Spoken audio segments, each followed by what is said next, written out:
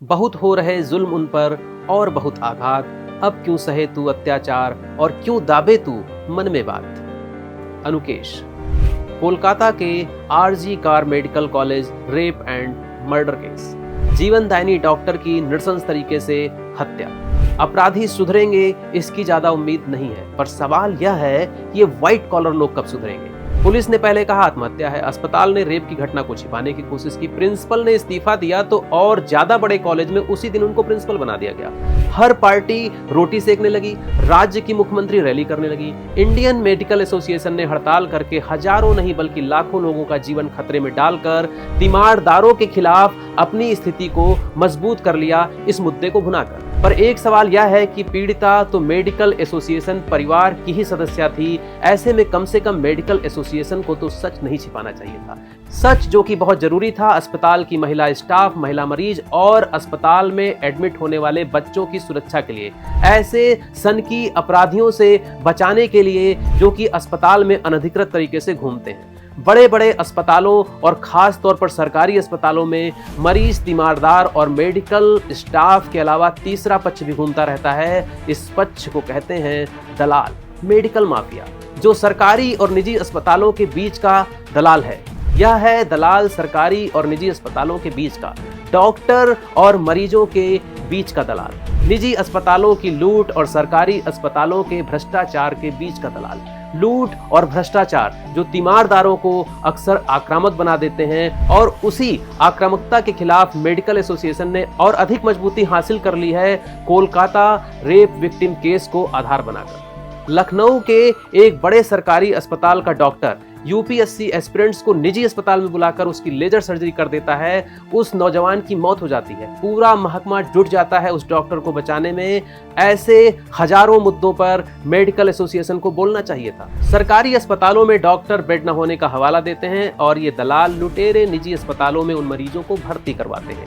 पूरा गिरोह है जिसमें कमीशन बंटता है, दलाल से लेकर डॉक्टर तक फायदा उठाते हैं। इन दलालों का कहीं कोई रजिस्टर्ड रिकॉर्ड नहीं होता। यह कोई कांड करके निकल जाए या इनकी आड़ में कोई और कांड करके निकल जाए तो सीसीटीवी फुटेज में चेहरा दिख जाए तो शायद उतना ही रिकॉर्ड बहुत होगा, जो कि मुश्किल है। हालांकि यह रिकॉर्ड मिल पाना भी मुश्किल है। ऐसा तो नहीं कोलकाता रेप केस में पीड़ित डॉक्टर भी ऐसे ही किसी रैकेट का शिकार रही हो, और चूंकि बहुत से डॉक्टर इस दलाली व्यवस्था का हिस्सा हैं, इसलिए यह मुद्दा दबा दिया गया हो।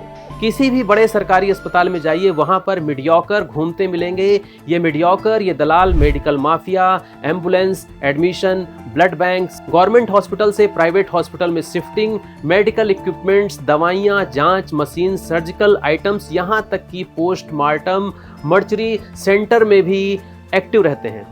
किसी डॉक्टर ने या डॉक्टर्स की यूनियन ने यह मांग क्यों नहीं रखी कि अस्पताल परिसर में ऐसे दलाल हरगिज दाखिल न होने पाए? इस बात की जांच की मांग क्यों नहीं की कि कहीं कोलकाता रेप विक्टिम भी ऐसे किसी मेडिकल माफिया रैकेट का ही तो शिकार नहीं हो गई? क्योंकि ऐसा भी होता है कि कोई डॉक्टर इस रैकेट का भंडाफोड़ करने की कोशिश करता है तो उसे शांत कर दिया जाता है। हर बार अपराध का राजनीतिकरण हो जाता है और मुद्दा होता कुछ है और बन कुछ और जाता है। अमूमन 30,000 बलात्कार के मुकदमे दर्ज होते हैं। अगर सब मामले सही नहीं होते तो बहुत से मामले ऐसे भी होते हैं जो सही होने के बावजूद दर्ज नहीं होते। ये व्हाइट कॉलर लोग उसी बलात्कार को बलात्कार और उसी हत्या को हत्या मानते हैं जिसको मीडिया फुटेज मिल जाए। अगर इस प्रकरण को भी मीडिया न उठाता तो शायद यह भी एक साधारण घटना रह जाती।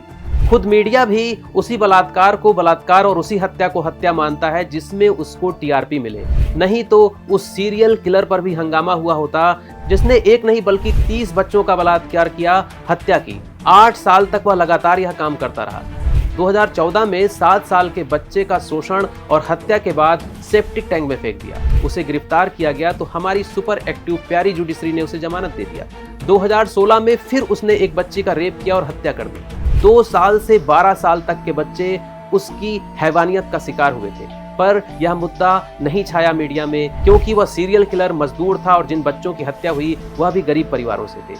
यह खुद हमारे मीडिया के लिए टीआरपी नहीं था। रोहिणी कोर्ट ने उसे इस मामले में दोषी करार दिया था। अपराधी से ज्यादा अपराधियों को सजा देने वाली व्यवस्था जिम्मेदार है ऐसे मामलों में। यही वजह है कि कई बार लोग अपना हिसाब खुद करने निकल पड़ते हैं। एक ऐसा ही मामला है नागपुर कोर्ट का, जहां बलात्कारी को कोर्ट के अंदर घुसकर चाकुओं से गोद कर मार दिया गया था। महाराष्ट्र के नागपुर के कस्तूरबा नगर के स्लम एरिया का अक्कू यादव, जो खून, हत्या, किडनैपिंग, वसूली, बलात्कार जैसी घटनाओं को अंजाम देता था, उसने एक नहीं 40 बलात्कार किए और सब में उसको जमानत मिल गई।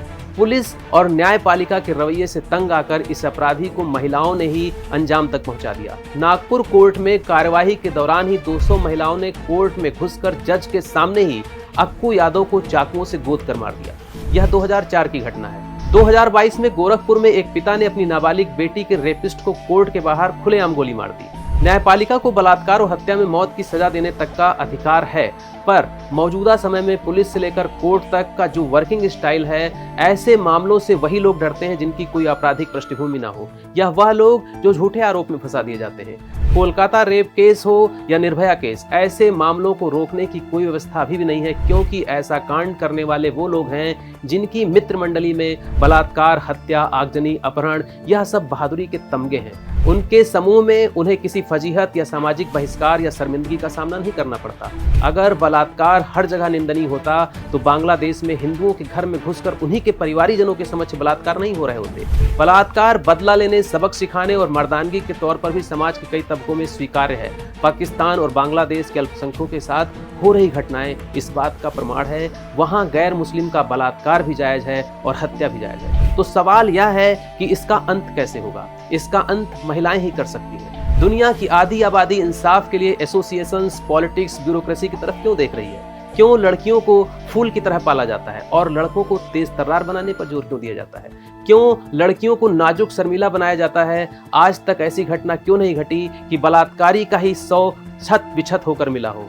बलात्कार और जानलेवा हमलों जैसी परिस्थिति में लड़की या महिला डर कर, चीख चिल्लाकर अपनी मदद के लिए, अपना बचाव करने के लिए गुहार लगाती है। उसको इस तरह से तैयार क्यों नहीं किया जाता कि हमलावर की ही जान खतरे में आ जाए? शायद इसलिए कि तेज तर्रार महिला से शादी कौन करेगा? तो शादी के लिए कोई पूरा जीवन कमजोर रहकर ही जिएगा क्या? फिलहाल जो माहौल है, जो कार्यशैली है सुरक्षा की जिम्मेदार संस्थाओं की, उस हिसाब से तो लड़कियों को ही सेल्फ डिफेंस और अटैक दोनों में ही माहिर होना पड़ेगा। महिलाओं को पढ़ाई में कुछ मार्क्स कम मिले तो चलेगा, पर यह नहीं चलेगा कि किसी दरिंदे जाहिल के हाथ में फंस कर वह चिल्ला चिल्ला कर मर जाए। इससे तो बेहतर है कि वह दरिंदा ही चीखे, क्योंकि फिलहाल ज्यादा कुछ बदलने वाला नहीं है, क्योंकि हर साख पर अपराधी बैठे हैं, कुछ अपराध करने वाले तो कुछ अपराध को भुनाने वाले।